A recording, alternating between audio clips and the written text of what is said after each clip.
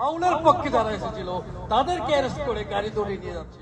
সম্প্রতি মানিকগঞ্জে পুলিশের উপস্থিতিতে তৌহিদি জনতার ব্যানারে বাউল শিল্পীদের ওপর হামলা ও নির্যাতনের প্রতিবাদে এবং বাউল শিল্পী আবুল সরকারের মুক্তির দাবিতে নিউ ইয়র্কে প্রতিবাদ সমাবেশ করেছে লালন পরিষদ ইউএসএ। স্থানীয় সময় রোববার সন্ধ্যায় নিউ ইয়র্কের জ্যাকসন হাইটসের ডাইভার্সিটি প্লাজার সামনে আয়োজিত এ সমাবেশে শতাধিক প্রবাসী বাংলাদেশি অংশ নেন। এই শিল্পীরা তো এখানে বক্তৃতা দেওয়ার কথা নয়, তাদের কথা ছিল এরা গান গাইবে, মানুষের মননকে সমৃদ্ধ করবে, মানুষকে বিনোদন দেবে, মানুষের চেতনা জাগ্রত করবে।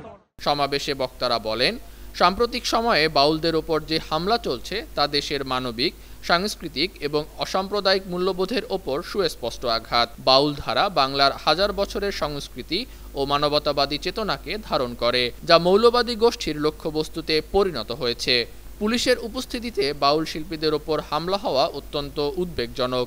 এ ঘটনাগুলোর স্বাধীন তদন্ত এবং দোষীদের দ্রুত গ্রেপ্তার ও বিচার নিশ্চিত করার আহ্বান জানান তারা। প্রতিবাদ সমাবেশে প্রবাসী বাউল শিল্পীরাও অংশ নেন এবং লালন গান পরিবেশন করেন।